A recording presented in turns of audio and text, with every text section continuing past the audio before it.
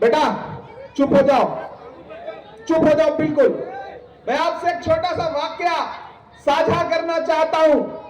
महान बादशाह सिकंदर ने जब यूनान फतेह किया तो यूनान फतेह करने के बाद वो जीत का जश्न मनाने के लिए शहर की सड़कों पर निकला। उसने देखा कि पूरा शहर जश्न मना रहा है, लेकिन सड़क के किनारे पेड़ के नीचे एक इंसान चादर तान के सो रहा है। सिकंदर को गुस्सा आया। सिकंदर अपने घोड़े से उतरा और उस सोते हुए इंसान के पास गया और उसे जोर की एक लात मार के कहा कि क्यों रे फकीर, पूरा शहर जश्न मना रहा है, मैंने शहर फतेह कर लिया और तू सो रहा है। उस फकीर ने उनींदी आंखों से सिकंदर की तरफ देखा और देख करके कहा कि शहर फतेह करना बादशाहों का काम है, लेकिन लात मारना गधे का काम है। क्या खुदा की कायनात में इंसानों की इतनी कमी हो गई है जो उसने बादशाहत गधे के हाथ में सौंप दी? बताओ मालेगांव वालों, 2014 में लात तो आपको भी पड़ी, महंगाई की हमको भी पड़ी, फिर नोटबंदी की लात पड़ी, फिर जीएसटी की लात पड़ी, और सबसे बड़ी लात जो पड़ी वो नफरत की पड़ी इस मुल्क में। आज मुल्क में किस ट्रेन में, किस चौराहे पर कौन सी भीड़ लिबास देख करके किसे मार दे कोई अंदाजा नहीं है। ये जो नफरत पूरे मुल्क में फैलाई गई, इसका जिम्मेदार कौन है? इस मुल्क का हाकिम जिम्मेदार है। और उस नफरत को कम करने की कोशिश कौन कर रहा है? राहुल गांधी कर रहे हैं। मैं यहां खड़ा होकर के मालेगांव वालों आपसे ये कहना चाहता हूं कि अरे आप तो इस बात पर ईमान रखते हो ना कि मजदूर का पसीना सूखने से पहले उसकी मजदूरी उसे दे दी जाए। रखते हो ना इस बात पर ईमान? रखते हो ना? मैं रखता हूं इस बात पर ईमान कि मजदूर का पसीना सूखने से पहले उसकी मजदूरी उसको दे दी जाए। मैंने देखा है राहुल गांधी के पैर के छाले, मैंने देखा है राहुल गांधी का बहता हुआ पसीना। न वो छाले अभी सूखे हैं, न वो पसीना अभी सूखा है। मैं मालेगांव में राहुल गांधी की मजदूरी मांगने के लिए आया हूं मालेगांव वालों, और वो मजदूरी है शोभा ताई को जिता करके पार्लियामेंट भेजिए। आने वाली 4 जून को जब हिंदुस्तान में इंडिया गठबंधन की सरकार बने और हमारी आंखें वो मंजर देखें कि राहुल गांधी इस मुल्क के प्राइम मिनिस्टर की शपथ ले, तो एक तरफ शोभा ताई बच्चाओ खड़ी हो और एक तरफ इमरान प्रतापगढ़ी खड़ा हो। मैं ये मंजर देखना चाहता हूं, और ऐसा होने जा रहा है। मैं पूरी जिम्मेदारी से महाराष्ट्र की इस तारीखी सरजमीन पर मालेगांव में खड़ा होकर के ये कह रहा हूं आपसे, नोट करिएगा मेरी बात को, कि तमाम करतब करने के बाद भी, तमाम हिंदू मुसलमान करने के बाद भी प्रधानमंत्री जी हर दिन अलग अलग तरीके का नमक मिर्च लगा के भाषण दे रहे हैं, लेकिन ऐसा लग रहा है जैसे आवाम ने कान बंद कर लिए हो, कुछ सुनना ही नहीं चाह रही है। वो सीधे सीधे उनसे उनके 10 सालों का बदला लेना चाहती है, जिसमें महंगाई आसमान पर है। उनके जितने नारे थे वो झूठे साबित हुए। बहुत हुई महंगाई की मार, अब की बार मोदी सरकार, ये नारा याद है? वो नारा कहां चला गया? वो पेट्रोल डीजल जो 58 रुपए का था वो 100 रुपए के पास पहुंच गया। गैस सिलेंडर 400 वाली 1000 के पार पहुंच गई। आटा, चावल, दूध, दही, पनीर, छाछ, लस्सी, किस चीज पर महंगाई नहीं आई? भाजपा की सरकारें तो वो सरकारें हैं जो अपनी पसंद की फिल्में टैक्स फ्री करती हैं और कफन पर जीएसटी लगाती हैं। कफन पर टैक्स लगाया है उन्होंने। मैंने पार्लियामेंट में उसके खिलाफ आवाज उठाई थी। मैं इसलिए खड़ा होकर के यहां कहता हूं, भाजपा वाले अपने भाषणों में, प्राइम मिनिस्टर साहब अपने भाषणों में कांग्रेस से 70 साल का हिसाब मांग रहे हैं। वो एक दिन पार्लियामेंट में खड़े होकर के मोदी जी उधर से भाषण दे रहे थे, बताओ कांग्रेस वालों तुमने 70 साल में क्या किया?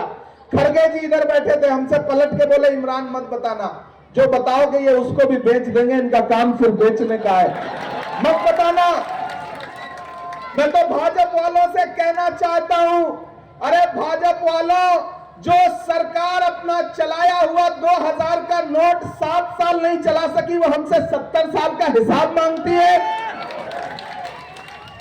जो अपना चलाया हुआ नोट नहीं चला सके वो देश क्या चलाएंगे? नहीं चला सकते। इनका नारा था बेटी बचाओ बेटी पढ़ाओ। हमारी आंखों ने वो मंजर देखा कि वो चाहे हाथरस हो, चाहे उन्नाव हो, चाहे जंतर मंतर पर बैठी हुई हमारी बेटियां हो ओलंपिक पदक लाने वाली, उनको किस तरह पुलिस के जरिए घसीटा गया। और अभी कर्नाटक में जेडीएस जो भाजपा की सहयोगी पार्टी है, उसका एक मेंबर ऑफ पार्लियामेंट है जिसका नाम है प्रज्वल रेवन्ना, उसके खिलाफ तकरीबन 2000 महिलाओं से रेप के आरोप लगे हैं और प्राइम मिनिस्टर उसके लिए वोट मांगने गए थे। यह है इनके बेटी बचाओ बेटी पढ़ाओ नारे की सच्चाई। तो मैं आज आपके बीच में खड़ा होकर के आपकी बेटी के लिए, आपके परिवार की बहन के लिए वोट की अपील करने आया हूं मालेगांव वालों। और पूरे महाराष्ट्र में कांग्रेस पार्टी की लहर चल रही है, महाविकास अघाड़ी की आंधी चल रही है। जब 20 तारीख को बूथ पर जाना तो यह सोच के जाना कि आपका दिया गया एक एक वोट जो हाथ के पंजे के सामने वाली बटन पे दबाओगे तो दूसरे नंबर पर है, आपका दिया गया एक एक वोट सिर्फ शोभा ताई को नहीं मिलेगा, मोहब्बत के उस मसीहा को भी मिलेगा जिसका नाम राहुल गांधी है। आपका दिया गया एक एक वोट मल्लिकार्जुन खड़गे जी को भी मिलेगा।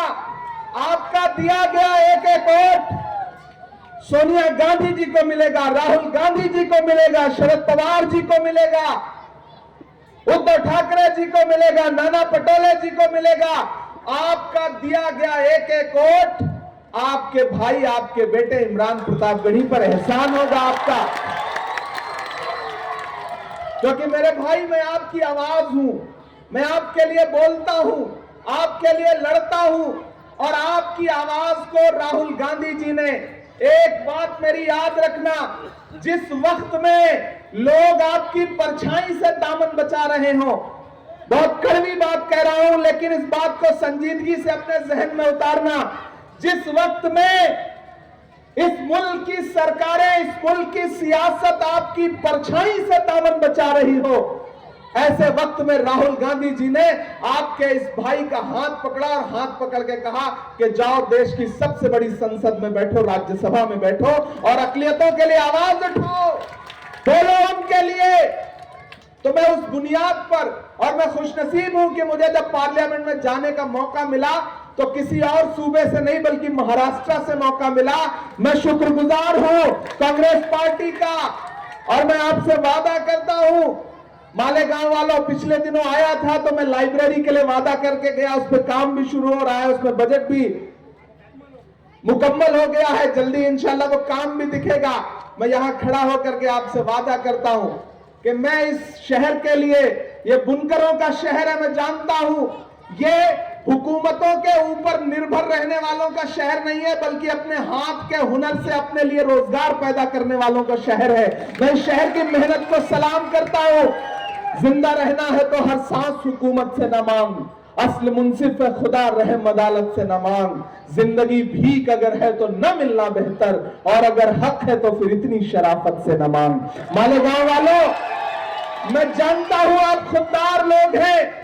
मैं मालेगांव के इस बुनकर उद्योग के लिए जो करना चाहता हूं, यहां तमाम सियासी लोग गवाह हैं इस बात के कि जब मुझे पार्लियामेंट में पहुंचने के बाद बोलने का मौका मिला तो मैंने सबसे पहली आवाज उठाई तो जेएनयू से गायब हुए इस बच्चे नजीब की मां के आंसुओं के लिए आवाज उठाई, जामिया के लिए आवाज उठाई, अलीगढ़ यूनिवर्सिटी के लिए आवाज उठाई। और जब दूसरी बार मुझे बोलने का मौका मिला तो मैंने हिंदुस्तान के बुनकरों के लिए आवाज उठाई।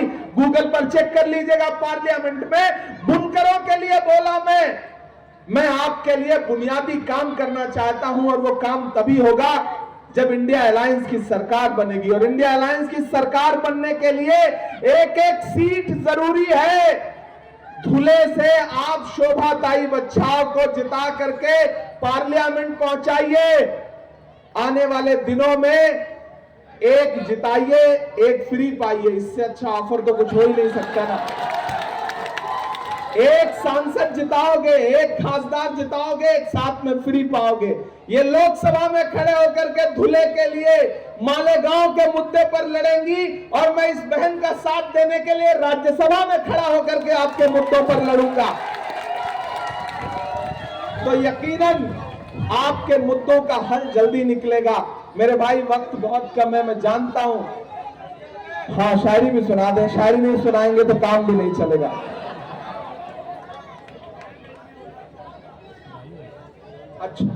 एक चाचा कह रहे हैं कि बटन देर तक दबाओ, सबको ये बात बता दीजिए। मैं तो ये चाहता हूं बटन इतनी जोर से दबाओ कि मैं दिल्ली में मौजूद रहूं तो मालेगांव की आवाज मुझको दिल्ली तक सुनाई पड़े। इतनी जोर से दबाओ, इतनी जोर से दबाओ।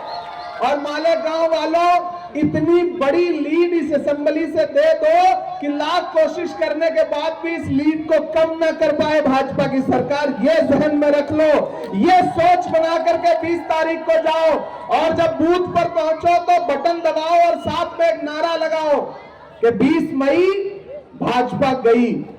20 मई, लगाओ मेरे साथ नारा, 20 मई, 20 मई। और जोर से, यहां से उठी हुई आवाज तो दिल्ली तक जाती है यार। 20 मई, 20 मई, 20 मई। ये सहन बना करके घर से निकलिए कि आपका एक एक वोट हिंदुस्तान के आईन को बचाने के लिए जाएगा। वो आईन, वो संविधान जिसमें महात्मा गांधी, पंडित जवाहरलाल नेहरू, मौलाना आजाद के सपने शामिल हैं। वो संविधान जिसमें डॉक्टर बाबा साहब अंबेडकर के खून पसीने से लिखा हुआ संविधान बचाने की लड़ाई है। ये हम सबकी जिम्मेदारी है कि हम आईन बचाने के लिए घर से बाहर निकलेंगे और शोभाताई बच्चाओं को चुनाव जिता करके वापस लाएंगे। मैं आखिरी के जो 3 मिनट बचे हैं उसमें शायरी सुना देता हूं, नहीं आप नाराज हो जाए। कहां सोया है चौकीदार, सुनाना बहुत कुछ था लेकिन ये सुनाने के लिए बहुत सारे लोग कह रहे हैं। कहां सोया है चौकीदार, कहां सोया है चौकीदार। याद है 2014 में नारा, भाइयों बहनों, देश के खजाने की चाबी सौंप दो, मैं देश नहीं लुटने दूंगा, मुझे चौकीदारी दे दो। मैंने पार्लियामेंट में भी उनसे पूछा था और यहां भी खड़ा होकर पूछ रहा हूं कि कहां सोया है चौकीदार, कहां सोया है चौकीदार। विजय माल्या नाक के नीचे से हो गया फरार, कहां सोया है चौकीदार, कहां सोया है चौकीदार। कि चाय बेचने वाला पूरा भारत बेच रहा है। बेच रहा है कि नहीं बेच